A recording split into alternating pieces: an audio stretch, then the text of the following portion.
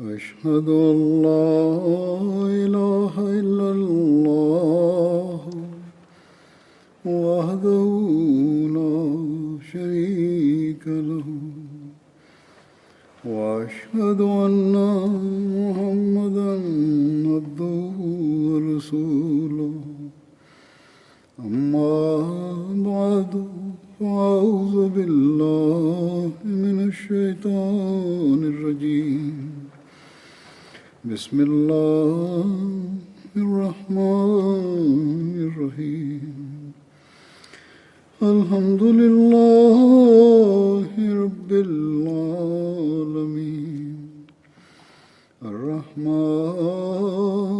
الرحيم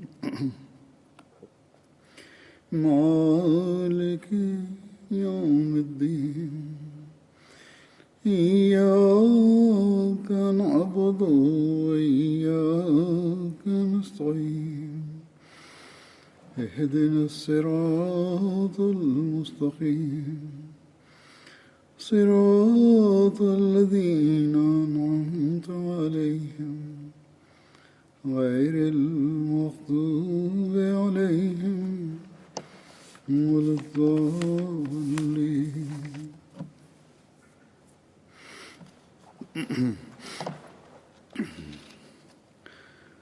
حضرت مسیح موعود علیہ الصلوۃ والسلام نے ایک موقع پر فرمایا کہ میں خدا تعالیٰ کا شکر کرتا ہوں کہ اس نے مجھے ایک مخلص اور وفادار جماعت عطا کی ہے.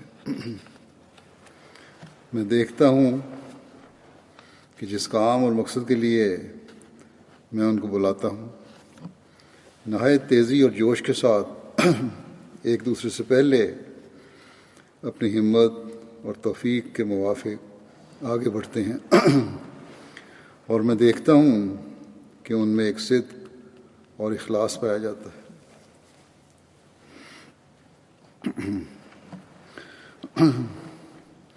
حضرت مسیح موعود علیہ السلام سے اس صدق و اخلاص اور تعلق و محبت کے نظارے تو ہم نے دیکھے.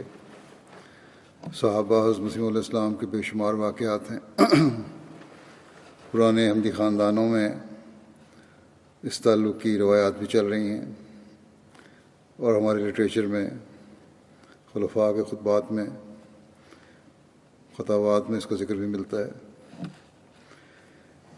لیکن یہ تعلق جو حضرت مسیح علیہ السلام سے تھا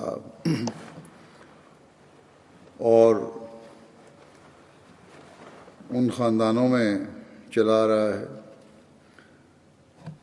اور نئے شامل ہونے والوں کو بھی ہے اور ہونا چاہیے. وہ تعلق وہیں تک ہی محدود نہیں بلکہ حضرت مسیح علیہ السلام نے سے اللہ تعالیٰ کے وعدے کے مطابق اس کی نچلی کڑی سے بھی اتنا ہی مضبوط تعلق ہے اور یہی تعلق ہے جو جماعت کی اکائی اور وحدت کی نشانی اور ضمانت ہے. حضرت مسیح علیہ السلام نے جب اللہ تعالیٰ سے اطلاع پانے کے بعد اپنے اس دنیا سے رخصت ہونے کی خبر جماعت کو دی تو ساتھ ہی جماعت کی تسلی کے لیے اللہ تعالیٰ سے اطلاع پا کر جماعت میں سلسلہ خلافت کے جاری ہونے کی خوشخبری بھی دی. چنانچہ آپ علیہ السلام نے فرمایا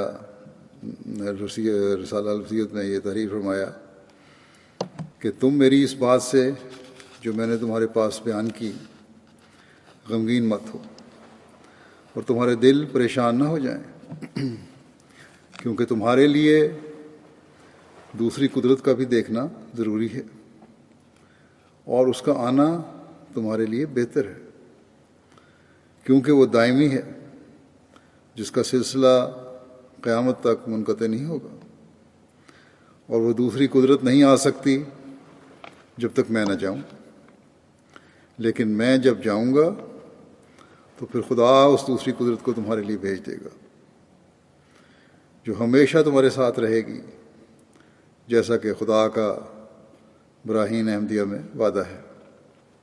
اور وہ وعدہ میری ذات کی نسبت نہیں ہے بلکہ تمہاری نسبت وعدہ ہے، جیسا کہ خدا فرماتا ہے کہ میں اس جماعت کو جو تیرے پیراؤ ہیں قیامت تک دوسروں پر غلبہ دوں گا۔ بس اللہ تعالیٰ کے اس وعدے کے مطابق آپ کی وفات کے بعد خلافت کا نظام جاری ہوا، اور صرف نظام کا جاری ہونا ہی کوئی حقیقت نہیں رکھتا۔ جب تک خلیفہ وقت اور افراد جماعت کے درمیان اخلاص و وفا اور ارادت و مودت کا تعلق نہ ہو، اور یہ تعلق اللہ تعالیٰ ہی پیدا کر سکتا ہے۔ کوئی انسان یا انسانی کوشش اس تعلق کو نہ پیدا کر سکتی ہے نہ قائم رکھ سکتی ہے، اور جماعت کی اکائی اور وحدت اور ترقی کی ضمانت یہی تعلق ہے،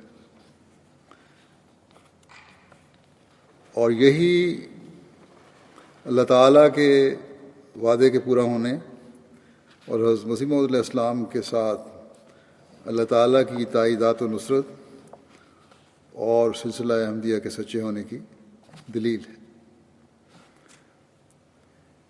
خلافت کے ساتھ افراد جماعت کا جو تعلق ہے، جس میں پرانے احمدی بھی شامل ہیں اور نئے آنے والے بھی، نوجوان بھی اور بچے بھی، مرد بھی اور عورتیں بھی، دور دراز رہنے والے احمدی بھی جنہوں نے کبھی خلیفہ وقت کو دیکھا بھی نہیں ہے، سب شامل ہیں۔ لیکن صرف شامل یہ سب لوگ جو ہیں اخلاص و وفا میں بڑھے ہوئے ہیں اور بڑھنے کی کوشش کرتے ہیں۔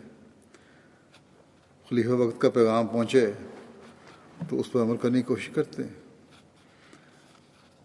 محبت اور تعلق کا اظہار اس طرح کرتے ہیں کہ حیرت ہوتی ہے، اور یہ سب باتیں اللہ تعالیٰ کے وعدے کے پورا ہونے کی فعلی شہادت ہے، اور جماعت کی ترقی بھی اس تعلق سے وابستہ ہے۔ جیسا کہ میں نے کہا، جو جماعت کو خلافت سے تعلق ہے اور خلیفہ وقت کو جماعت سے ہے، یہ اللہ تعالیٰ کی تائیدات و نصرت کا ثبوت ہے، اور یہ صرف باتیں نہیں ہیں بلکہ ہزاروں لاکھوں ایسے واقعات ہیں جہاں افراد جماعت اس بات کا اظہار کرتے ہیں۔ اگر ان واقعات کو جمع کیا جائے تو بے شمار ضخیم جلدیں اس کی بن جائیں گی۔ بہرحال اس وقت میں بعض واقعات، جذبات اور احساسات کا ذکر کروں گا جو جماعت کو خلیفہ وقت سے ہر زمانے میں رہے اور اب تک ہیں، حضرت مسیح علیہ السلام کی وفات کے بعد سے شروع ہوئے، جو آج 112 سال مکمل ہونے کے بعد بھی اسی طرح قائم ہیں۔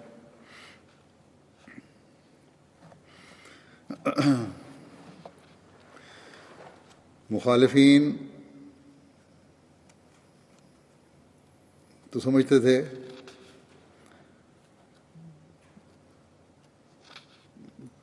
کہ حضرت مسیح علیہ السلام کی وفات کے بعد یہ سلسلہ ختم ہو جائے گا، لیکن افراد جماعت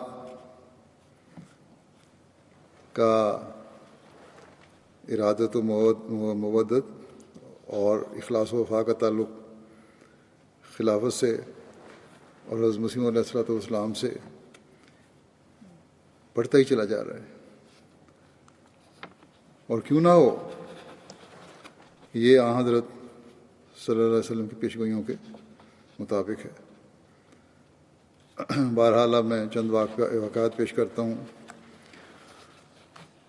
اور جو حضرت خلیفۃ المسیح اول سے میں شروع کرتا ہوں. ایک دو واقعات بیان کروں گا. پہلے ایڈیٹر صاحب البدر حضرت خلیفۃ المسیح اول رضی اللہ عنہ کی علالت کے ایام کے بارے میں لکھتے ہیں، ان ایام میں خدام کے خطوط عیادت کے کثرت سے آ رہے ہیں، اور ان خطوں پہ حضرت خلیفۃ المسیح اول نے فرمایا، میں ان سب کے واسطے دعا کرتا ہوں جو عیادت کا خط لکھتے ہیں. ایڈیٹر صاحب لکھتے ہیں کہ اشاق عجیب پیراؤں میں اپنی محبت کا اظہار کر رہے ہیں. ان میں سے چند خطوط کا اقتباس بطور نمونہ درج کرتا ہوں. حکیم محمد حسین صاحب قریشی لکھتے ہیں، میں نے تو ایک روز جناب باری میں عرض کی تھی کہ اے مولا، حضرت نوح کی زندگی کی ضرورتیں تو مختصر مقام تھیں، اور اب تو ضرورتیں جو پیش ہیں ان کو بس تو ہی جانتا ہے. ہماری عرض قبول کر اور ہمارے امام کو نوح کی سی عمر عطا کر. پھر برادر لکھتے ہیں کہ برادر محمد حسن صاحب پنجابی مدراس سے لکھتے ہیں کہ حضرت صاحب کی روح بسیط ہونے کی خبر پڑھ کر مجھے اس قدر خوشی ہوئی جس کا اندازہ میرا مولا کریم اور رحیم خدا ہی جانتا ہے. پھر لکھتے ہیں ایڈیٹر صاحب، محبت عجیب چیز ہے.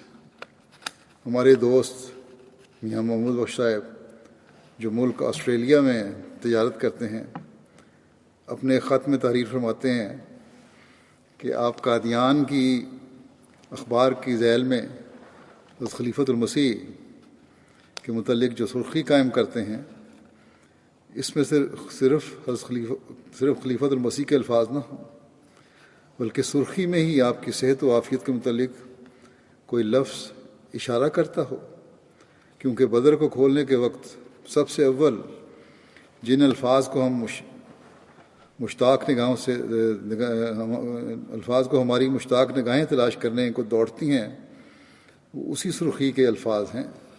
اور ہمارا جی چاہتا ہے کہ خود اس سرخی میں ایسے الفاظ ہوں جو اندرونی عبارت پڑھنے سے قبل ہی ہمارے دلوں کو راحت پہنچانے والے ہو جائیں. سو ہم اپنے عزیز دوست کے اس اخلاص کو، ایڈیٹر صاحب لکھتے ہیں، اپنے عزیز دوست کے اخلاص کو عزت کی نگاہ سے دیکھتے ہیں، ان کے منشا کے مطابق اس دفعہ سرخی قائم کرتے ہیں. پھر حضرت ابو عبداللہ صاحب کھیوا باجوہ کے تھے، حضرت مسیح علیہ السلام کے صحابی تھے. حضرت خلیفۃ مسیح اول کی صحبت میں بیٹھے ہوئے تھے، اور انہوں نے ایک دن عرض کیا کہ مجھے کوئی نصیحت ارشاد فرمائیں. حضرت مسیح علیہ السلام نے فرمایا کہ میں نہیں سمجھتا کوئی چیز کرنے کی ہو اور آپ کرنا چکے ہوں. فرمایا مولوی صاحب، میں نہیں سمجھتا کوئی چیز کرنے کی ہو اور آپ کرنا چکے ہوں. اب تو حفظ قرآن ہی باقی ہے. چنانچہ حضرت خلیفۃ مسیح اول کی بات سن کے تقریباً 65 سال کی عمر میں انہوں نے قرآن کریم حفظ کرنا شروع کیا، اور باوجود اتنی عمر ہونے کے حافظ قرآن ہو گئے. یہ تھا کہ کسی طرح میں خلیفۃ المسیح کا حکم بجا لاؤں، اس پہ عمل کروں. خلیفۃ المسیح ثانی کے زمانے میں جب شدی نے زور پکڑا، یہ حالت دیکھ کر حضرت مسلم موعود رضی اللہ عنہ کا دل بے قرار ہوا، اور آپ نے اسی سال 9 مارچ کو خطبہ 1923 میں یہ ہوا تھا شروع ملکانہ کا علاقے میں، اسی سال 9 مارچ کو خطبہ جمعہ میں احمدیوں کو اپنے خرچ پر ان علاقوں میں جانے اور دعوت اللہ کے ذریعے ان مرتدین کو واپس لانے کا منصوبہ جماعت کے سامنے رکھا۔ اس تاریخ پر جماعت نے والہانہ لبیک کا اعلیٰ تعلیم یافتہ سرکاری ملازمین، اساتذہ، تجار، غرض کے ہر طبقے سے فدائی ان علاقوں میں دعوت اللہ کرتے رہے، اور ان کی مساعی کے نتیجے میں ہزاروں روحیں ایک بار پھر خدائے واحد کا کلمہ پڑھنے لگیں۔ ایک معمر بزرگ قاری نعیم الدین صاحب بنگالی نے ایک روز جب حضور مجلس میں تشریف رکھتے تھے، اجازت لے کر عرض کیا کہ گو میرے بیٹے مولوی ذل الرحمن اور مطیع الرحمن متعلم BA کلاس نے مجھ سے کہا نہیں، مگر میں نے اندازہ کیا ہے کہ حضور نے جو کل راجپوتانہ میں جا کر دعوت اللہ کرنے کے لیے وقف زندگی کی تحریک کی ہے اور جن حالات میں وہاں رہنے کی شرائط پیش کی ہیں، شاید ان کے دل میں ہو کہ اگر وہ حضور کی خدمت میں اپنے آپ کو پیش کریں گے تو مجھے جو ان کا بوڑھا باپ ہوں کوئی تکلیف ہوگی، لیکن میں حضور کے سامنے خدا تعالیٰ کو گواہ کر کے کہتا ہوں کہ مجھے ان کے جانے اور تکلیف اٹھانے میں ذرا بھی غم یا رنج نہیں ہے۔ میں صاف صاف کہتا ہوں کہ اگر یہ دونوں خدا کی راہ میں کام کرتے ہوئے مارے بھی جائیں تو اس پر میں ایک بھی آنسو نہیں گراؤں گا، بلکہ خدا تعالیٰ کا شکر ادا کروں گا۔ پھر یہی دونوں نہیں، میرا تیسرا بیٹا محبوب الرحمان بھی اگر خدمت دین کرتا ہوا مارا جائے، اور اگر میرے 10 بیٹے اور ہوں اور وہ بھی مارے جائیں تو بھی میں کوئی غم نہیں کروں گا۔ اس پر حضور نے بھی اور احباب جماعت نے جزاک اللہ کہا۔ 1924 میں جب خلیفہ مسیح ثانی یورپ کے دور پر سفر پر تشریف لائے تھے، وہ عارضی جدائی جو تھی اس نے بھی احباب جماعت کو بے چین کر دیا ہوتا۔ اس ایک روایت سے اس کا اندازہ ہوتا ہے۔ بابو سراج الدین صاحب اسٹیشن ماسٹر لکھتے ہیں کہ میرے آقا، ہم دور ہیں، مجبور ہیں، اگر ممکن ہوتا تو حضور کے قدموں کی خاک بن جاتے تاکہ جدائی کے صدمے نہ سہتے۔ آقا میں 4 سال سے دارالعلومان نہیں گیا تھا، مگر دل کو تسلی تھی کہ جب چاہوں گا حضور کی قدم بوسی کر لوں گا، لیکن اب ایک دن مشکل ہو رہا ہے۔ اللہ پاک حضور کو بخیر و عافیت، مظفر و منصور جلدی واپس لائے۔ یہ محبت ہے کس کی پیدا کی؟ حضرت خلیفہ مسیح ثانی فرماتے ہیں کہ ایک نوجوان نے گزشتہ سال میری تحریک کو سنا۔ وہ ضلع سرگودے کا باشندہ تھا۔ نوجوان بغیر پاسپورٹ کے ہی افغانستان جا پہنچا۔ انہیں خلیفہ وقت کا ارشاد ہے، ایک تعلق ہے اور اس کو بجا لانا ضروری ہے۔ تحریک تبلیغ کی تھی، سنا، افغانستان پہنچ گیا اور تبلیغ شروع کر دی۔ پاسپورٹ بھی پاس نہیں تھا۔ حکومت نے اسے گرفتار کر کے جیل میں ڈال دیا، تو وہاں قیدیوں اور افسروں کو تبلیغ کرنے لگا، اور وہاں کے احمدیوں سے بھی وہیں واقفیت بہم پہنچائی اور بعض لوگوں پر اثر ڈال دیا۔ آخر افسروں نے رپورٹ دی کہ یہ تو قید خانے میں بھی اثر پیدا کر رہا ہے۔ ملانوں نے قتل کا فتویٰ دیا، مگر وزیر نے کہا کہ یہ انگریزی رعایا ہے، اسے ہم قتل نہیں کر سکتے۔ آخر حکومت نے اپنی حفاظت میں اسے ہندوستان پہنچا دیا۔ خلیفہ ثانی لکھتے ہیں کئی ماہ کے بعد واپس آیا ہے۔ اس کی ہمت کا یہ حال ہے کہ میں نے اسے کہا کہ تم نے غلطی کی، اور بہت سے ممالک تھے جہاں تم جا سکتے تھے اور وہاں گرفتاری کے بغیر تبلیغ کر سکتے تھے، تو فوراً بول اٹھا کہ اب آپ کوئی ملک بتا دیں، میں وہاں چلا جاؤں گا۔ اس نوجوان کی والدہ زندہ ہے، لیکن وہ اس کے لیے بھی تیار تھا کہ بغیر والدہ کو ملے کسی دوسرے ملک کی طرف روانہ ہو جائے، مگر میرے کہنے پر وہ والدہ کو ملنے جا رہا ہے۔ خلیفہ ثانی فرماتے ہیں کہ اگر دوسرے نوجوان بھی اس پنجابی کی طرح جو افغانستان سے آیا ہے ہمت کریں تو تھوڑے ہی عرصے میں دنیا کی کایا پلٹ سکتی ہے۔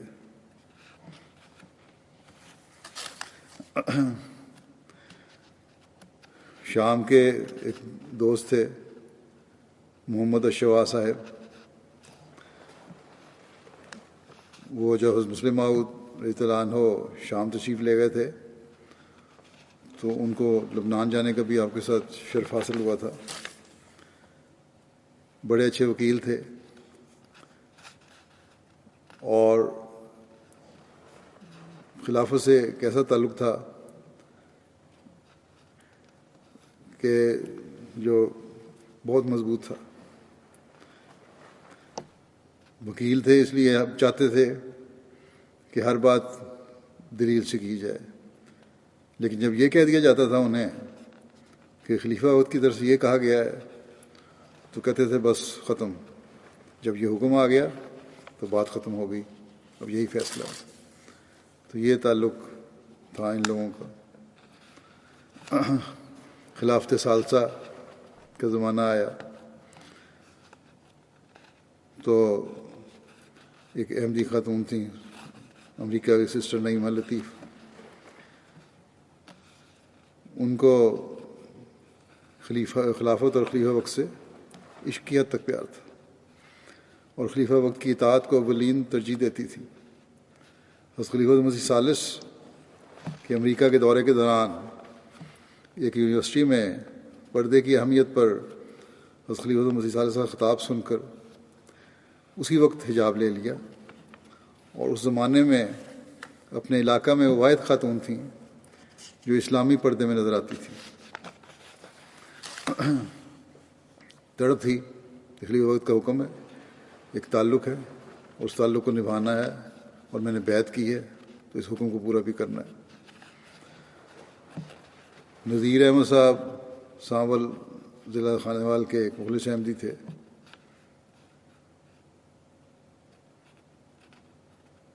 نہیں، نذیر احمد صاحب سانول نے یہ واقعہ سنایا ہے کہ ایک مخلص احمدی مکرم مہر مختار احمد صاحب احمد آف باگڑ سرگانہ تھے.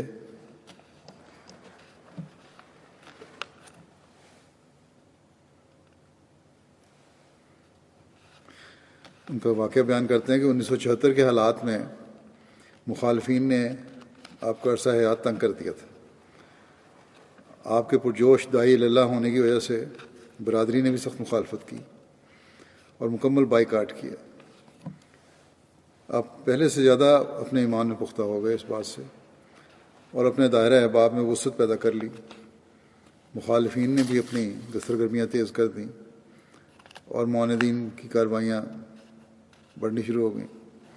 آپ نے بچوں کے حصول تعلیم اور پاکیزہ ماحول میں پرورش دینے کے لیے اپنا رقبہ جو تھا زرعی زمین فروخت کر کے روا کے ماحول میں رقبہ ٹھیکے پر لے کر کاشت شروع کر دی. جب خلیفہ مسیح ثالث سے ملاقات کی اور بتایا کہ باگڑ سرگانہ سے جو گاؤں کا نام تھا، زمین فروخت کر کے روا کے قریب میں نے ٹھیکے پر زمین لے لی ہے اور فصل کاشت کر لی ہے، تو حضور نے اسے پسند نہیں فرمایا کہ علاقے کو خالی نہیں چھوڑنا تھا. اس پر آپ نے فوراً تعمیل کی، مالک رقبے سے ٹھیکے کی رقم واپس طلب کی. اس کے انکار پر اب کھڑی فصل اور ٹھیکے کی رقم لیے بغیر واپس اپنے وطن باگڑ سرگانہ آ گئے اور کوشش کر کے اپنی فروخت شدہ زمین دوبارہ خریدی، مہنگے داموں خریدی. اور پھر خلیفہ مسیح ثالث کی خدمت میں حاضر ہو کر عرض کیا کہ آپ کی ارشاد کی تعمیل کر لی ہے.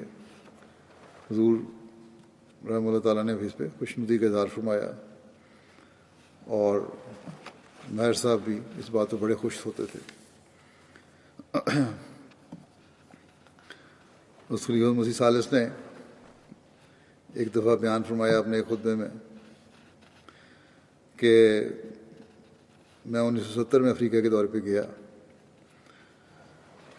ہمارے وہاں ایک جگہ ہمارے مبلغ نے پروگرام ایسا بنایا تھا جو میرے لیے بڑا تکلیف دہ تھا، کیونکہ 100 میل کے قریب فاصلہ طے کر کے میں ایک جگہ ایسے وقت پہنچا کہ میں جماعت سے مسافہ نہیں کر سکتا.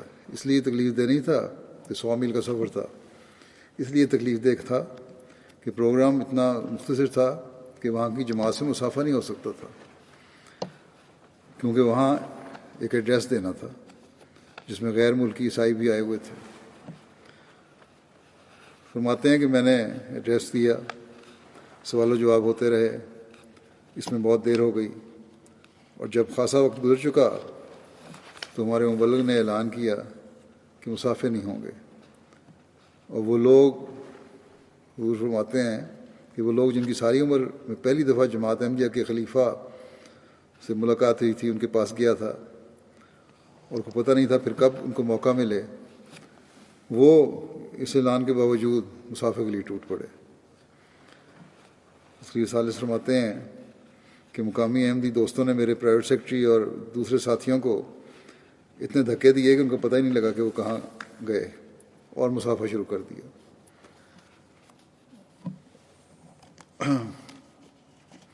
فرماتے ہیں کہ ٹھیک ہے، مسافہ تو شروع ہو گیا، لیکن مسافہ عام مسافہ نہیں تھا۔ ہر شخص میرا ہاتھ پکڑتا تھا اور پھر چھوڑتا ہی نہیں تھا، میرا منہ دیکھتا تھا اور میرا ہاتھ چھوڑتا ہی نہیں تھا، اور ساتھ والا انتظار کرتا رہتا تھا، اور آخر تنگ آ کر یہ واقعہ 20 مسافوں میں ہوا کہ وہ ایک ہاتھ سے اگلا آنے والا اس کا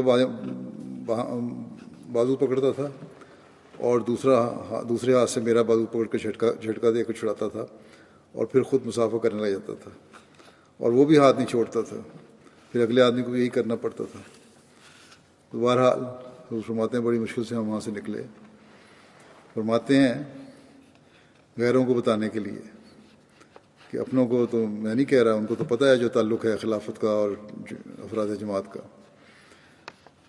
ان لوگوں کو بتا دوں کہ میں اتنا احمق نہیں کہ میں یہ سمجھنے لگ جاؤں کہ میری کسی خوبی کے نتیجے میں 5-6 ہزار میل دور میری اس قسم کی محبت ان لوگوں کے دلوں میں پیدا ہو گئی کہ جنہوں نے مجھے کبھی دیکھا نہ تھا، میرے حالات ہی زیادہ تر جانتے تھے لوگ، وہ بھی اس طرح ٹوٹ ٹوٹ کر مسافے کے لیے آگے آ رہے تھے۔ یہ محبت اللہ تعالیٰ کی پیدا کی ہوئی ہے۔ خلیفۃ المسیح رابع رحمہ اللہ تعالیٰ کا زمانہ آتا ہے، آپ کہتے ہیں کہ افریقہ میں جو عظیم الشان تبدیلیاں پیدا ہوئی ہیں، یہ پرانے واقفین کی قربانیوں سے پیدا ہوئی ہیں۔ جو حیرت انگیز تبدیلیاں آج وہاں نظر آ رہی ہیں وہ ایسی عظیم الشان ہیں کہ ان کا تصور وہاں کی جماعتیں بھی نہیں کر سکتی تھیں کہ کتنی حیرت انگیز ملک کے اندر تبدیلی پیدا ہو چکی ہے۔ بعض احمدی بڑے بڑے صاحب تجربہ اور اپنے ملکوں کی حکومتوں میں بااثر، انہوں نے مجھے بتایا کہ خود ہمیں بھی علم نہیں تھا کہ ہماری قوم احمدیوں سے محبت اور تعاون میں اور اتنا آگے بڑھ چکی ہے، اور اتنا زیادہ وہ اس وقت تیار ہے کہ اسے پیغام پہنچایا جائے۔ چنانچہ ایک صاحب نے، فرماتے ہیں ایک صاحب نے، ان کا نام لینا مناسب نہیں اور ملک کا نام بھی ظاہر کرنا مناسب نہیں، انہوں نے کہا کہ مجھے تو کچھ سمجھ نہیں آ رہی، یہ ہو کیا رہا ہے؟ میرے وہم و گمان میں بھی نہیں تھا کہ ہماری قوم کو کسی جماعت احمدیہ کے خلیفہ کی ایسی خدمت کی توفیق ملے گی اور ایسے محبت کے اظہار کا موقع ملے گا۔ میرے تصور میں بھی یہ بات نہیں تھی۔ انہوں نے کہا کہ جو کچھ میں نے دیکھا ہے یہاں حکومت کے سربراہوں کے ساتھ تو ہوتا دیکھا ہے، اور وہ بھی دنیاوی نظر سے ہوتا ہے، اس کے سوا کسی اور کے ساتھ ایسا سلوک نہیں دیکھا۔ اور یہ بھی انہوں نے بتایا کہ اس میں ہماری جماعت کی کوششوں کا دخل نہیں ہے، جو کچھ ہو رہا ہے غیب سے ہو رہا ہے اور حیرت انگیز طریق پر ہو رہا ہے۔ تو یہ اللہ تعالیٰ کی طرف سے یہ سارا کچھ پیدا کرتا ہے۔ پھر اس کی رابع فرماتے ہیں پاکستان کے متعلق ایک موقع پر ذکر کرتے ہوئے بعض برائیوں کی نشاندہی کی تھی کہ پاکستان میں بعض خرابیاں مثلا ویڈیو کیسٹ کے غلط استعمال سے متعلق شروع ہوئیں۔ میں نے ایک خطبے میں اعلان کیا تھا، آپ فرماتے ہیں کہ میں نے ایک خطبے میں اعلان کیا تھا کہ بعض گندی رسمیں راہ پا رہی ہیں، اس سے قومی اخلاق تباہ ہو جائیں گے اور گھروں کے امن اٹھ جائیں گے اور میاں بیوی کے وفا کے سلسلے ٹوٹ جائیں گے اور ان کے تعلقات میں رکھنے پڑ جائیں گے، دراڑیں پڑ جائیں گی۔ ہرگز اس رجحان کو پنپنے نہ دیں۔ چنانچہ مجھے پاکستان سے جو خطوط ملے ان سے میرا دل، راوی فرماتے ہیں کہ پاکستان سے جو خطوط ملے ان سے میرا دل خدا کے حضور سجدہ ریز ہوا، اور بار بار ہوا کہ وہ لوگ جو بعض بدیوں میں مبتلا تھے انہوں نے صاف لکھا کہ ہم ان غلط کاموں میں پڑ گئے تھے. اللہ کا احسان ہے کہ حضرت مسیح علیہ السلام کی جماعت سے وابستہ اور براہ راست جب آپ کی آواز ہم تک پہنچی ہے تو یہ سارے جھوٹے بت توڑ کر ہم نے اپنے دلوں سے باہر پھینک دیے. تو جماعت میں آپ فرماتے ہیں جماعت میں نیکی کی آواز پر لبیک کہنے کا جو مادہ ہے یہ صداقت کی اصل روح ہے، اور یہ صداقت کی روح کبھی کوئی جھوٹا دنیا میں نہیں بنا سکتا. پھر میرے وقت کی باتیں ہیں. نائجیریا کا 2004 میں نے دورہ کیا. 2 دن کا دورہ تھا، پہلے پروگرام نہیں تھا، اتفاق سے اور مجبوری سے بن گیا کیونکہ وہاں فلائٹ وہاں سے ملتی تھی. لیکن وہاں جا کے یہ احساس ہوا کہ یہاں آنا بڑا ضروری تھا، نہ آتے تو بڑا غلط ہوتا. کچھ عرصہ پہلے نائجیریا جماعت کا جلسہ ہو چکا تھا اور لوگ بڑی تعداد میں اس جلسے میں وہاں شامل بھی ہو چکے تھے. یہ خیال نہیں تھا کہ میرے جانے پر وہاں دور دور سے لوگ آ سکیں گے، لیکن صرف 2 گھنٹے کے لیے وہ مجھے ملنے کے لیے آئے. وہاں لوگ آئے اور تقریباً 30,000 کے قریب مرد و زن جمع ہو گئے، اور ان کے جو اخلاص و وفا کے نظارے تھے جو ہم نے دیکھے وہ بھی قابل دید تھے.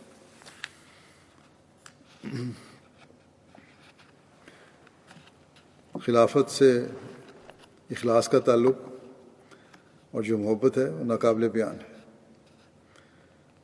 ان لوگوں نے جنہوں نے کبھی خلافت کو دیکھا بھی نہیں براہ راست، جب دیکھا تو ایسا اظہار کیا کہ حیرت ہوتی تھی. واپسی کے وقت دعا میں بعض خواتین اور لوگ اتنے جذباتی تھے اور اس طرح تڑپ رہے تھے کہ حیرت ہوتی تھی.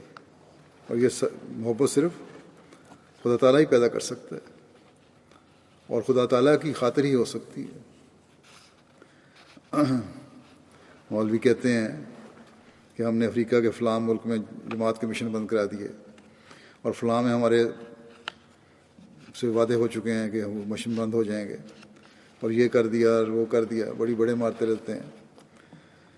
لیکن ان سے پوچھے کہ یہ اخلاص و وفا جو وہاں کے لوگ دکھاتے ہیں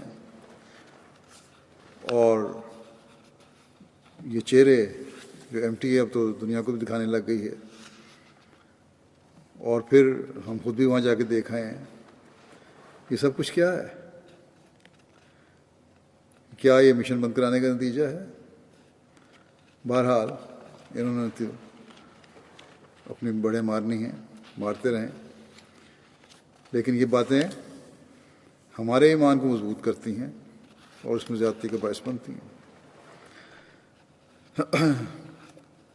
گھانا کا دورہ تھا، وہاں اللہ تعالیٰ کے فضل سے جو 2008 کا دورہ تھا، وہاں جو جماعت نے ایک زمین خریدی ہے، بڑا وسیع رقبہ ہے، تقریباً 500 ایکڑ کے قریب. وہاں اکثر وہاں جلسہ تھا اور اکثر احباب و خواتین میرے جانے سے پہلے پہنچ چکے تھے.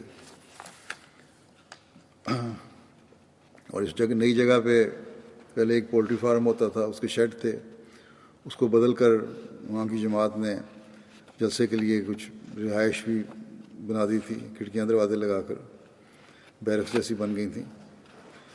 لیکن اس کے باوجود جگہ کی تنگی تھی. لیکن اس کے جگہ کی تنگی کی کسی نے بھی شکایت نہیں کی، کوئی شکوہ نہیں کیا. جو وہاں لوگ آئے ہوئے تھے، بہت سارے لوگ شامل ہوئے جلسے میں، انہیں بہت لوگ ایسے تھے جو بڑے اچھے کھاتے پیتے لوگ تھے، کاروباری لوگ تھے، اسکولوں کے پڑھانے والے تھے، دوسرے کام کرنے والے تھے. اگر ان کو رہائش نہیں ملی تو باہر صف بچھا کر آرام سے سو گئے. ایک تو ویسے بھی گھانین قوم میں صبر ہے، لیکن ان دنوں میں تو خاص طور پر انہوں نے بہت صبر دکھایا. کسی نے ایک دو ایسے لوگوں سے پوچھا جو اس طرح باہر پڑے ہوئے تھے کہ تم بڑی تکلیف ہوئی ہوگی، تو انہوں نے کہا ہم تو جلسہ سننے آئے ہیں اور خلیفہ وقت کی موجودگی میں جلسہ ہو رہا ہے، 2 دن کی عارضی تکلیف سے کیا فرق پڑتا ہے؟ ہم خوش ہیں کہ اس جلسے میں شمولیت کی اللہ تعالیٰ نے ہمیں توفیق عطا فرمائی۔ برکینا فاسو سے بھی لوگ وہاں آئے ہوئے تھے، دوسرے ہمسایہ ممالک سے آئے ہوئے تھے۔ مجھے پتہ لگا کہ برکینا فاسو سے جو قافلہ آیا ہوا ہے بہت بڑا تھا، ان میں لوگوں کو کھانا نہیں ملا، بعضوں کو 3000 کے قریب ان کی تعداد تھی۔ سب سے بڑی تعداد انہی کی تھی جو وہاں گئی تھی۔ 300 خدام سائیکلوں پر بھی وہاں آئے تھے، 1600 کلومیٹر کا سفر کر کے۔ بہرحال وہاں کے مبلغ کو میں نے کہا ان کو کھانا نہیں ملا، ان سے معذرت کر دیں اور آئندہ ان کا خیال بھی رکھنا ہے آپ لوگوں نے۔ جب ان کو یہ معذرت کا پیغام پہنچایا تو انہوں نے جواب دیا کہ ہم جس مقصد کے لیے آئے تھے وہ ہم نے حاصل کر لیا۔ کھانے کیا ہے، وہ تو روز کھاتے ہیں، اگر غریب لوگ روز بھی بیچارے کیا کھاتے ہوں گے۔ جو کھانا انہوں نے کہا ہم اس وقت کھا رہے ہیں، روحانی فائدہ اٹھا رہے ہیں، وہ روز کہاں ملتا ہے؟ برکینا فاسو کی جماعت اتنی پرانی نہیں ہے، یہ اب بھی اس کو میرا خیال ہے جب میں دورے پہ گیا ہوں اس کی 10-15 سال پرانی تھی، اب 30 سال پرانی ہو گئی ہوگی، لیکن اخلاص و وفا اور محبت میں یہ ترقی کرتے چلے جا رہے ہیں لوگ۔ غربت کا یہ حال ہے کہ بعض لوگ ایک جوڑا جو کپڑے پہن کے آئے تھے وہی کپڑے ان کے پاس تھے، اسی میں 3-4 دن یا 5 دن یا ہفتہ گزارا اور پھر سفر بھی کیا۔ پیسے جوڑ جوڑ کے جلسے پر پہنچے تھے کہ خلافت جوبلی کا جلسہ ہے اور خلیفہ وقت کی موجودگی میں ہو رہا ہے، اس لیے ہم نے اس میں ضرور شامل ہونا ہے۔ بس ایسی محبت خدا تعالیٰ کے علاوہ اور کون پیدا کر سکتا ہے؟ جو خدام سائیکلوں پر سوار ہو کر آئے تھے ان کے اخلاص کا اندازہ بھی اس بات سے ہوتا ہے کہ مختلف جگہوں پر پڑاؤ کرتے ہوئے 7 دن مسلسل سفر کرتے رہے اور یہاں پہنچے۔ ان سائیکل سواروں میں 50-60 سال کی عمر کے لوگ بھی تھے بعض، اور 13-14 سال کے 2 بچے بھی شامل تھے۔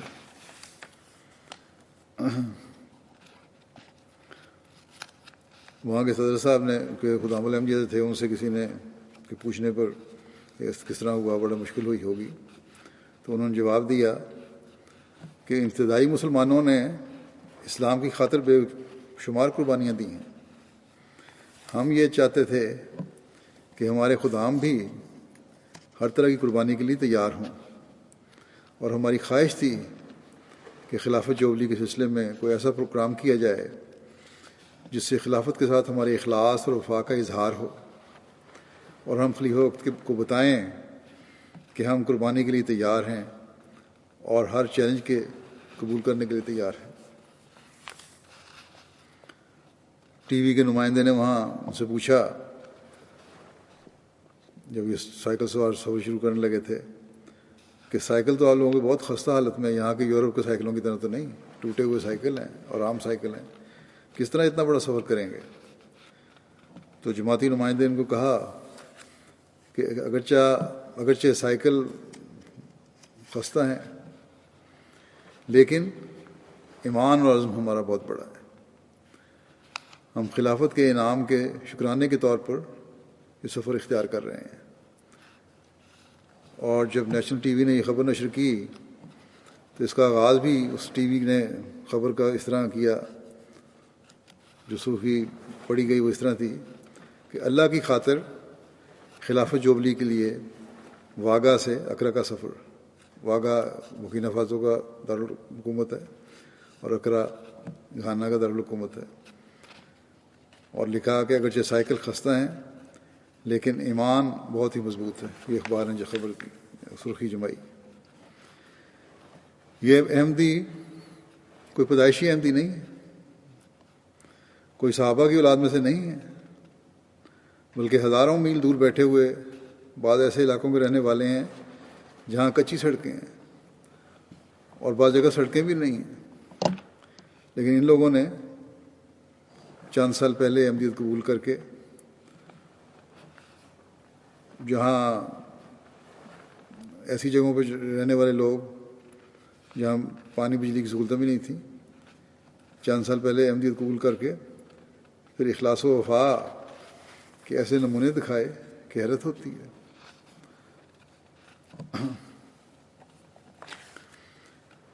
بعض جگہ ان کو غربت و افلاس نے بالکل بے حال کیا ہوا ہے، لیکن حضرت محمد مصطفیٰ صلی اللہ علیہ وسلم کے غلام صادق کی جماعت میں شامل ہو کر وہ اخلاص ان میں پیدا ہو گیا ہے کہ جہاں دین کا سوال پیدا ہوا یا جب بھی سوال پیدا ہو وہاں ان کے عزم چٹانوں کی طرح مضبوط ہے اور ہر قربانی کے لیے تیار ہیں اور محبت سے لبریز ہیں. بس ہمیشہ ہمیں دعا کرتی رہنی چاہیے کہ اللہ تعالیٰ ان کے اخلاص و وفا کو بھی بڑھائے اور ہم سب کے اخلاص و وفا کو بڑھاتا چلا جائے. بورکینا فاسو کے ایک دوست تھے عیسیٰ صاحب، انہوں نے کہا کہ میں نے 2005 میں بیعت کی تھی اور 3 سال ہوئے تھے اس وقت جب ان سے پوچھا گیا، بتایا انہوں نے یہ، لیکن مجھے آج پتہ چلا ہے 3 سال تو ہو گئے ہیں کہ میں کیا ہوں اور کتنا خوش قسمت ہوں اور میں نے کیا پایا ہے. اپنی خوشی کا اظہار میرے بیان سے باہر ہے، کیونکہ آج میں نے خلیفہ وقت کو دیکھا اور ملاقات کی. بعض کی خلافت سے محبت آنسوؤں کی شکل میں ان کی آنکھوں سے بہہ رہی تھی. تو یہ اخلاص و وفا ہے جو نئی قائم ہونے والی جماعتوں میں. گزشتہ سال کسی فتنہ پرداز کی ایک وجہ سے ایک غلط فہمی کو پکڑ کر اس نے فتنہ پھیلانے کی کوشش کی. بعض جماعت کے مخلصین بھی نوجوان مخلصین تو تھے لیکن نوجوانوں میں زیادہ تر اس کی باتوں میں آ گئے اور ان کا رویہ ذرا عجیب ہو گیا. کہتے اپنے آپ کو احمدی تھے لیکن نظام سے علیحدہ ہو رہے تھے. بہرحال وہاں مالی سے میں نے مبلغ کو وہاں بھیجا، ان کے مقامی تھے. انہوں نے معاذ صاحب نے وہاں جا کے ان کو سمجھایا، جب بتایا کہ تم ایک طرف کہتے ہو خلافت سے ہمارا تعلق ہے، دوسری طرف نظام سے ہٹ رہے ہو، تو یہ درست نہیں ہے. تو تقریباً تمام نے معافی کے خطوط لکھنے شروع کر دیے اور انہوں نے کہا کہ ہم غلط فہمی کی وجہ سے اس اور تربیت کی کمی کی وجہ سے ان باتوں میں آ گئے تھے. ہمارا خلافت کے ساتھ وفاقت مکمل تعلق ہے اور ہم سوچ بھی نہیں سکتے خلافت سے کبھی علیحدہ ہوں. چنانچہ دوبارہ وہ اللہ تعالیٰ کے فضل سے نظام جماعت کا حصہ بن گئے. تربیت کی کمی تھی تو اکھڑے. جہاں احساس دلایا گیا فوراً اپنی غلطی کا احساس ہوا اور خلافت سے کامل وفا کا تعلق کا اظہار کیا اور کہا کہ جب ہم علیحدہ تھے تب بھی ہم خلافت سے علیحدہ نہیں ہوئے تھے، ہم تو بعض عہدیداروں سے علیحدہ ہوئے تھے.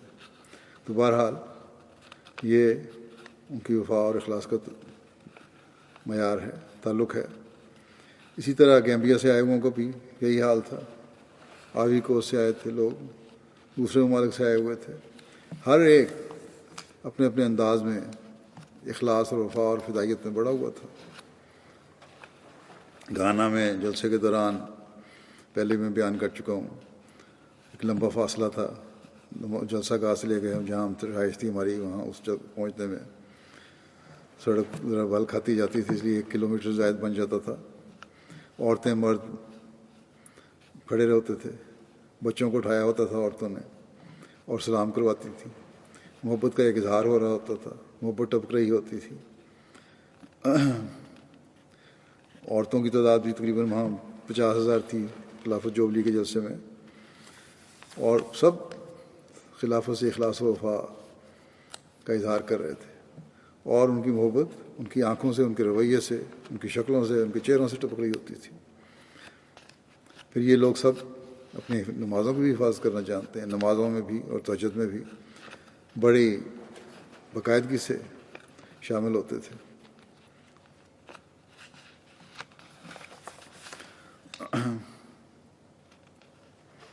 نائجیریا میں جب گیا ہوں، جب میں نے بتایا 2 دن کے لیے گیا تھا، نہ یہ دوسری دفعہ جب گیا ہوں، بینن سے گیا تھا بائی روڈ، یا پہلی دفعہ کا قصہ ہے۔ بہرحال راستے میں ایک جگہ تھی، وہاں رکنا تھا، غالباً 2004 کا ہی ذکر ہے۔ پہلے تو پروگرام نہیں تھا، لیکن انہوں نے کہا کہ مسجد نہیں بنی ہے، دیکھ لیں۔ تو وہاں لوگ موجود تھے، ان کی سب کی یہ خواہش تھی، مردوں کی، بچوں کی، کہ مسافہ ہو جائے۔ عورتیں چاہتی تھیں قریب سے دیکھ لیں۔ وقت کی کمی کی وجہ سے مسافہ تو ممکن نہیں تھا، لیکن جو زور لگا کے کر سکتے تھے انہوں نے کر بھی لیا۔ اس رش میں ہمارے قافلے کے ایک ساتھی نے کسی عورت کو کہہ دیا کہ پیچھے ہٹ جاؤ۔ ایک وقت بڑا دباؤ پڑ گیا تھا، بڑے غصے میں اس عورت آئی، اور لگتا تھا غصے میں اس شخص کو اٹھا کے باہر پھینک دے گی کہ تم ہوتے کون ہو کہ میرے اور خلیفہ کے درمیان میں حائل ہو جاؤ۔ تو بہرحال یہ ان کے جذبات تھے۔ تھوڑی دیر کے بعد خیر میں نے انہیں خاموش ہونے کے لیے کہا اور کہا بیٹھ جائیں۔ تب جو آمدی وہاں تھے سینکڑوں کی تعداد میں، وہ خاموش ہوئے اور بیٹھ گئے۔ یہ ہے ان کا خلافت سے تعلق۔ امریکہ کو دنیا سمجھتی ہے کہ وہاں صرف مادی سوچ رکھنے والے لوگ ہیں اور دین سے ان کا تعلق کم ہے۔ اور خلیفہ مسیح ثالث نے بھی اپنے ایک واقعہ کا ذکر کیا ہے کہ کس طرح ایک دفعہ ان کو ایک خطرے کے خط ملا تھا، امکان تھا، اس پر جب بات باہر نکلی تو وہاں کے 2 سیکیورٹی کے ماہرین احمدی تھے، خود ہی پہنچ گئے اور ساری رات وہاں باہر رہ کر پہرا دیتے رہے۔ تو بہرحال امریکہ والوں میں بھی بڑا اخلاص ہے۔ میرے دورے کے دوران جب بھی میں وہاں گیا ہوں دورے پہ، انہوں نے ہمیشہ اخلاص و وفا کا اظہار کیا ہے۔ یہاں بھی امریکہ سے وفود آتے ہیں، وہ بھی اس بات کا اظہار کرتے ہیں، اور اس کہ کس طرح ان کو خلافت سے اخلاص و وفا کا تعلق ہے، اور اس بات کو رد کرتا ہے ان کا عمل کہ وہ صرف دنیا داری میں ملوث ہے۔ نوجوان ڈیوٹی دینے والوں نے مستقل میرے ساتھ رہ کر اور اپنا وقت گزارا ہے، سفر میں ساتھ رہے، اپنے کاروباروں کو اور نوکریوں کو بعضوں نے داؤ پر لگا دیا، کوئی پرواہ نہیں کی۔ ایسے بھی تھے جنہوں نے بتایا کہ ہماری نوکریاں شروع ہوئی تھیں اور جلسے کے لیے آپ سے ملاقات کے لیے رخصت نہیں مل رہی تھی، تو ہم چھوڑ کر آ گئے ہیں نوکریاں۔ کینیڈا کے خدام ہیں، ان کا یہ رویہ ہے،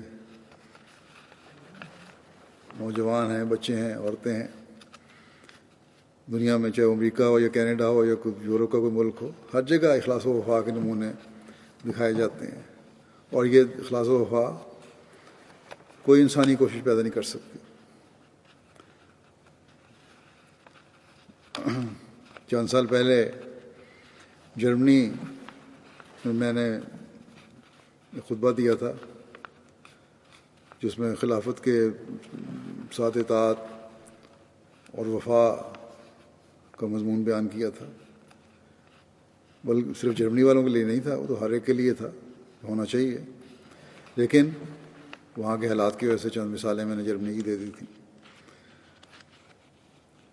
بہرحال اس پر دنیا بھر کے احمدیوں نے رد عمل دکھایا اور فوری طور پر خلافت کی کامل اطاعت اور مکمل وفا کا اظہار کیا۔ جرمنی والوں نے بھی اسی طرح اظہار کیا۔ خاص طور پر اس بات پر بعض نے اظہار کیا جرمنی میں تو کہ ہم میں سے بعض عہدیدار بعض ہدایات کی تعویلیں اور تجزیے نکالنے لگ جاتے ہیں، اور آئندہ ایسا انشاءاللہ نہیں ہوگا۔ اللہ کرے کہ وہ اس پر قائم بھی رہیں اور دنیا کے ہر ملک میں یہ قائم رہیں۔ اردن سے قاسم صاحب ہیں، وہ لکھتے ہیں کہ حضرت مسیح علیہ السلام کی صداقت کی سب سے خوبصورت اور عظیم دلیل یہ ہے کہ خدا تعالیٰ نے خلافت کی محبت اور اطاعت میرے دل میں خود پیدا کرتی ہے۔ چند سال قبل کہتے ہیں جب میں نے بیعت کا فیصلہ کیا تو میرے دل میں خیال گزرا کہ کیا واقعی جماعت اب تک حق پر ہے اور حضرت مسیح علیہ السلام کے مقصد پر گامزن ہے یا نہیں۔ اس وقت تک مجھے خلافت کا کچھ علم نہ تھا۔ اس پر خدا تعالیٰ نے خواب میں مجھے دکھایا کہ خلیفۃ المسیح سلامتی اور امن پھیلا رہے ہیں اور لڑائی جھگڑا کرنے والوں کے درمیان فیصلہ کر رہے ہیں۔ کہتے ہیں میں نے اپنا ہاتھ آپ کے ہاتھ پر رکھا، یہ مجھے خط لکھ رہے ہیں، وہ آپ کے ہاتھ پر رکھا اور انگوٹھی کو بوسہ دیا۔ اس وقت میں نے آپ کی شفقت اور مہربانی کو محسوس کیا اور میرے دل میں آپ کے لیے غیر معمولی محبت پیدا ہو گئی جو دن بدن بڑھ رہی ہے۔ میں تجدید بیعت کرنا چاہتا ہوں اور آپ کی اطاعت سے نکلنے والے ہر شخص سے بیزاری کا اظہار کرتا ہوں۔ پھر بلغاریہ ہے، وہاں ہمارے مخالفین نے مخالفت کی کوئی کسر نہیں اٹھا رکھی تھی۔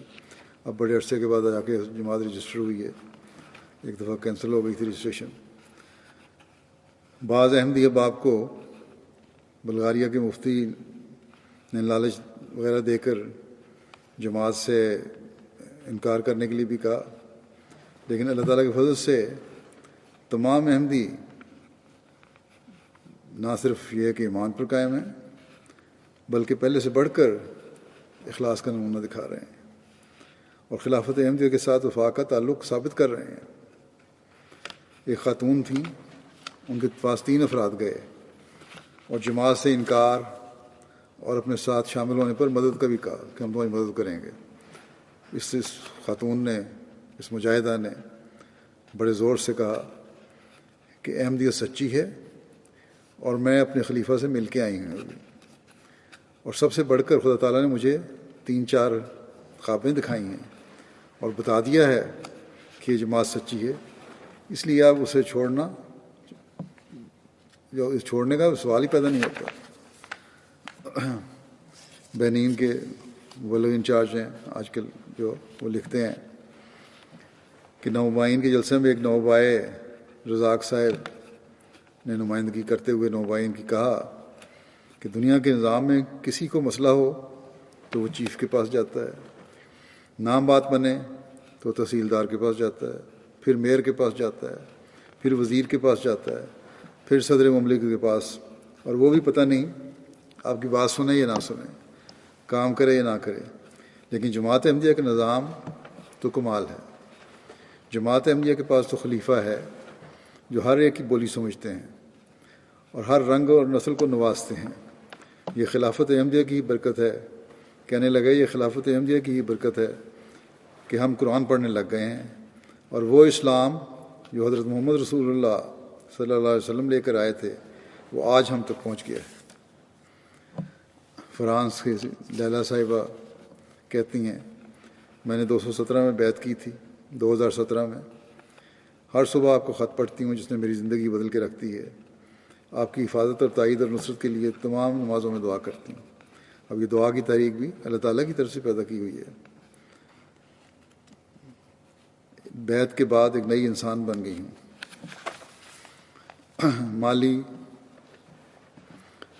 ریجنسان کے مبلغ لکھتے ہیں کہ ہماری ایک جماعت وولوں کے ایک ممبر عبدالرحمن کولی بالی صاحب میں وفات پا گئے ہیں۔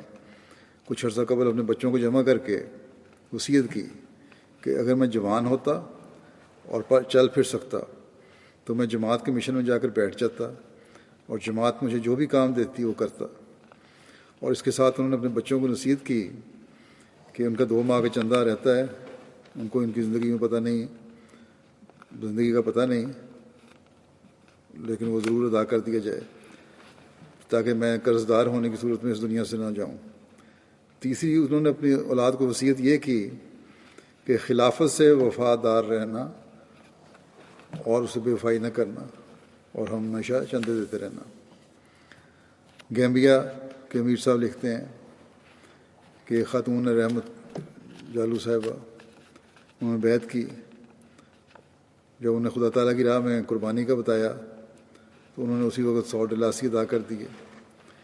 چھوٹی سی دکان ہے ان کی، اپنی حیثیت سے بڑھ کے چندہ دیتی ہیں اور کہنے لگیں کہ میں تو صرف اللہ اور خلیفہ وقت کے پیار چاہتی ہوں، یہ تعلق ہے اور محبت ہے جس کی وجہ سے میں دیتی ہوں اور خدا کی خاطر قربانی دے رہی ہوں۔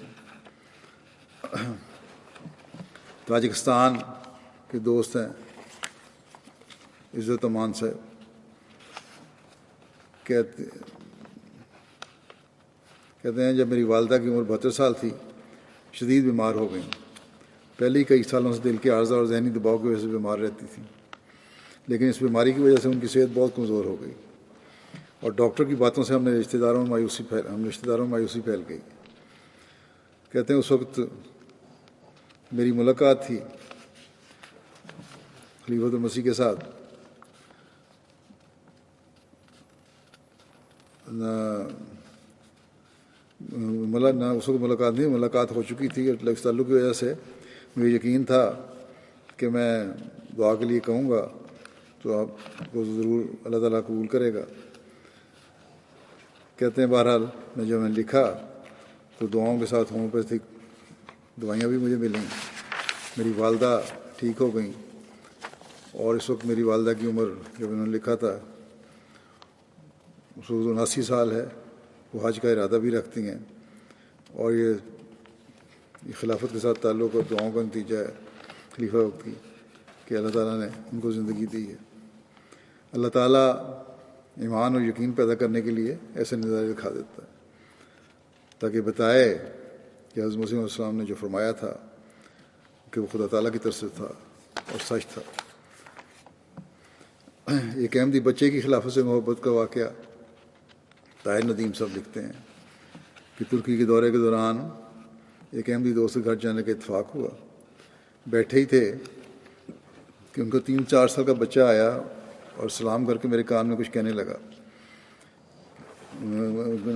کان میں کہنے لگا کہ میں نے حضور کو خط لکھنا ہے، خط بھجوانا ہے، کہ آپ لے جائیں گے؟ میں نے کہا ٹھیک ہے لے جاؤں گا، کیوں نہیں۔ اس پر وہ بچہ کاغذ پر 2 لائنیں الٹی سیدھی لکیریں کھینچ کے لے آیا۔ میں نے اسے پوچھا خط میں کیا لکھا ہے؟ کہنے لگا میں نے لکھا ہے کہ حضور مجھے آپ سے محبت ہے۔ کہتے ہیں میں نے خط یہاں دے دیا، اس کا جواب بھی چلا گیا میری طرف سے۔ تو جب اس کے بچے کو جواب ملا ہے تو اس کے والد کے بقول اس کی بھی اور اس کے گھر باقی سب گھر والوں کی بھی خوشی اتنی تھی۔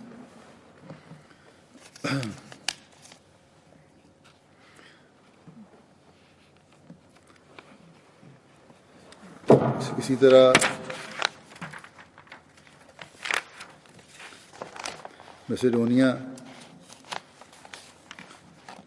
کے ملک جا لکھتے ہیں ایک اور مثال بچے کی کہ گزشتہ دنوں بوسنیا کے دورے کے دوران میری ایک دوست سے واقفیت ہوئی، تبلیغی گفتگو ہوئی، پاکستانی دوست سے، ملاقاتوں کا سلسلہ جاری رہا۔ اس نے بتایا کہ کچھ عرصہ قبل دبئی ایئرپورٹ پر ان کی ملاقات ایک فیملی سے ہوئی تھی جن کی ایک 3-4 سالہ بچی کہہ رہی تھی ہم سب کو نماز پڑھنی چاہیے اور سچ بولنا چاہیے۔ جو مجھے پتہ چلا کہ اس فیملی کا تعلق جماعت احمدیہ سے ہے تو میں نے اس بچی سے پوچھا کہ تمہاری زندگی کی سب سے بڑی خواہش کیا ہے؟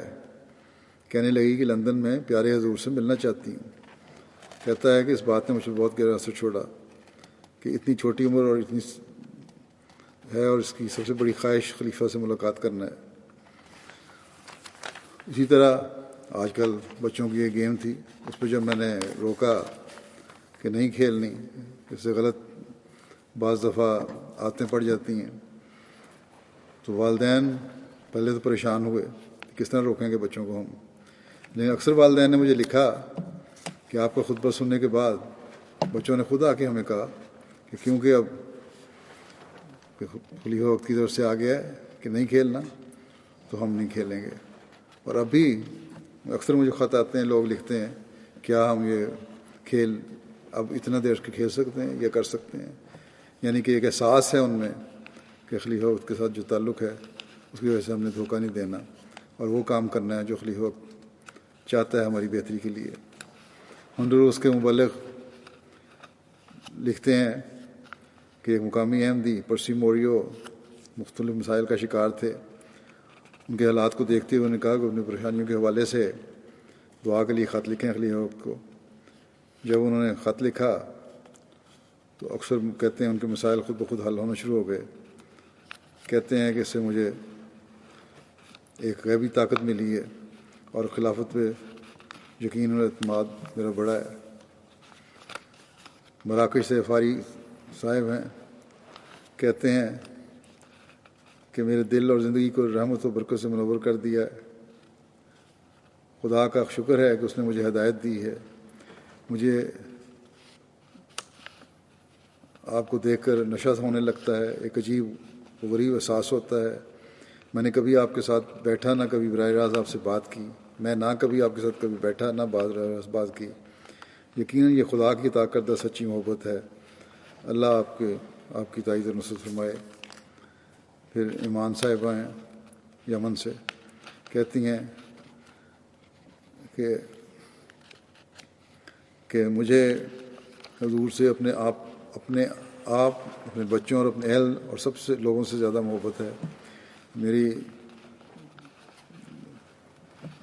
دل کی تسکین اور سرور کا سامان ہوتا ہے اس سے، اور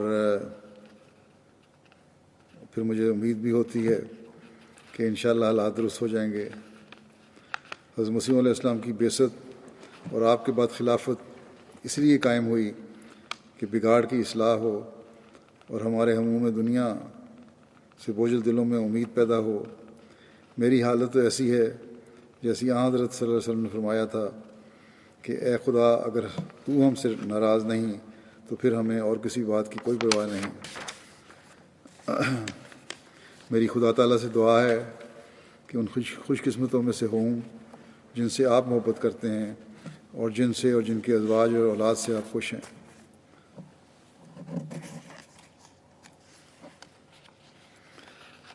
پھر توفیق صاحب تیونس سے لکھتے ہیں کہ ہمیں آپ سے محبت ہے، ہمیں آپ کی کشتی پر سوار ہیں اور اس میں تربیت پائی اور حضرت اقدس مسیح موعود علیہ السلام کے چشمے سے کھایا پیا۔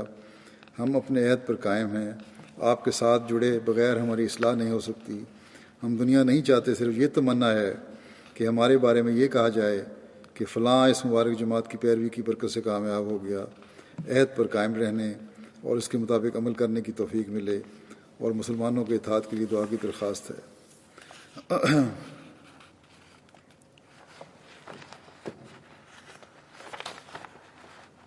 بس بہرحال یہ چند مثالیں میں نے دی ہیں جو اس بات کو واضح کرتی ہیں یہ دلوں میں اخلاص و وفا کا تعلق اللہ تعالیٰ پیدا کرتا ہے، اور کوئی دنیاوی طاقت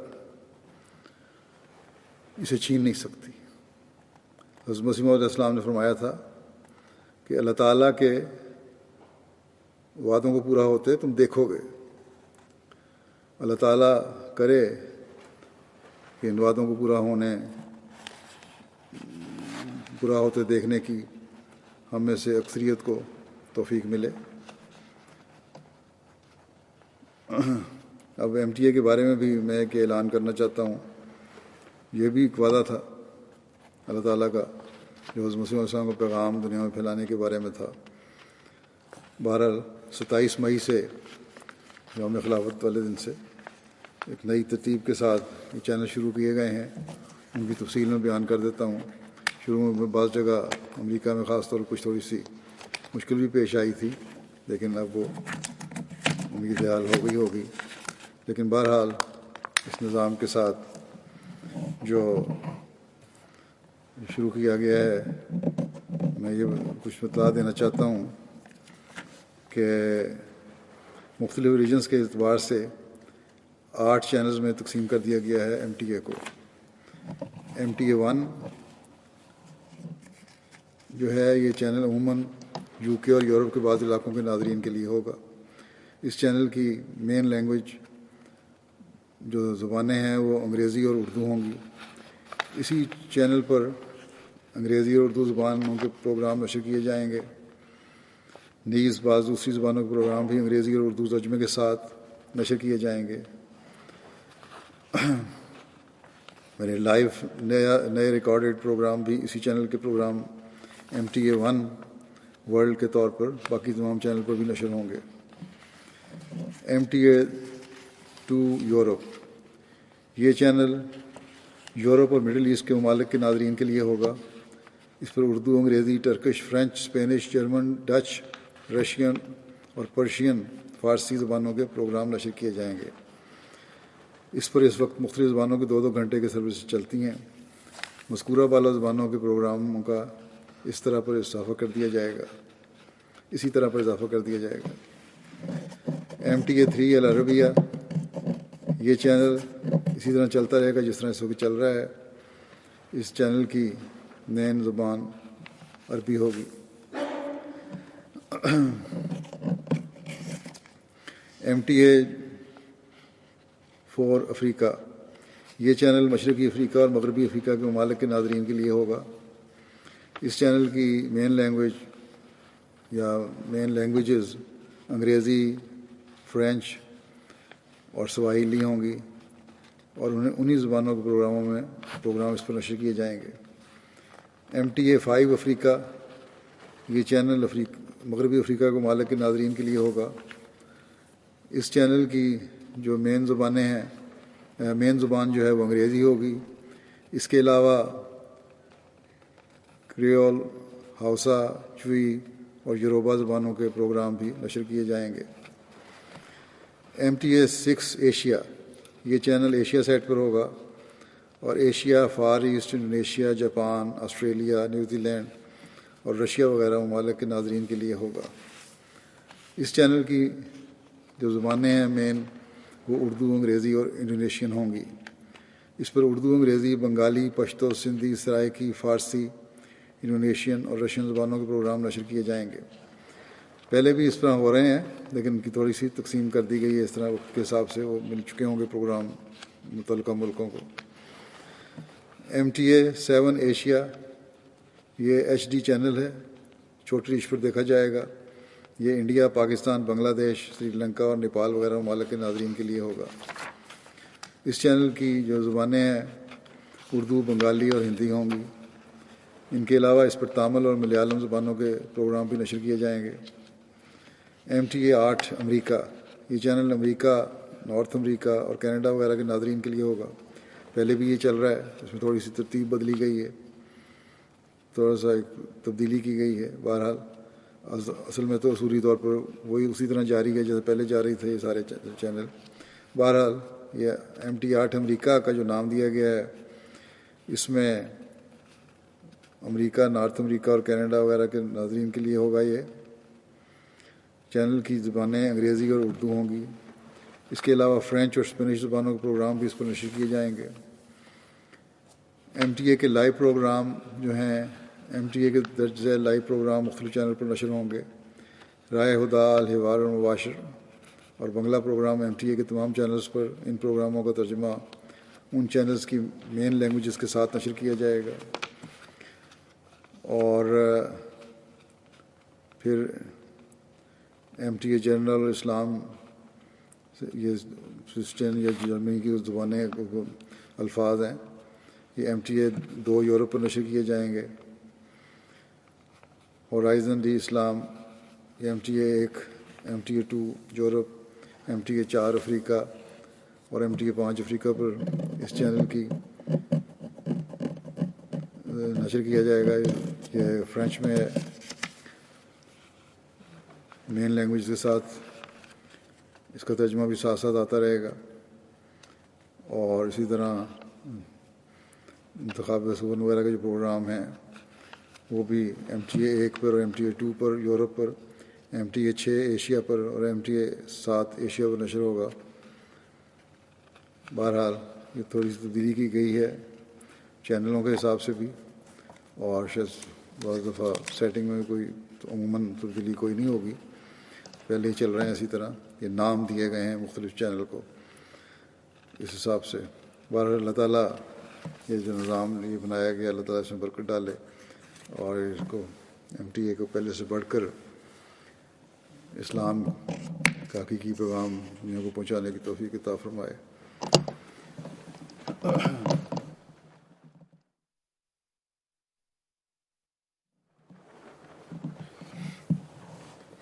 الحمد لله نحمده ونستعينه ونستغفره ونؤمن به ونتوكل عليه ونعوذ بالله من شرور أنفسنا ومن سيئات أعمالنا، من يهده الله فلا مضل له ومن يضلل فلا هادي له، ونشهد أن لا إله إلا الله ونشهد أن محمدا عبده ورسوله۔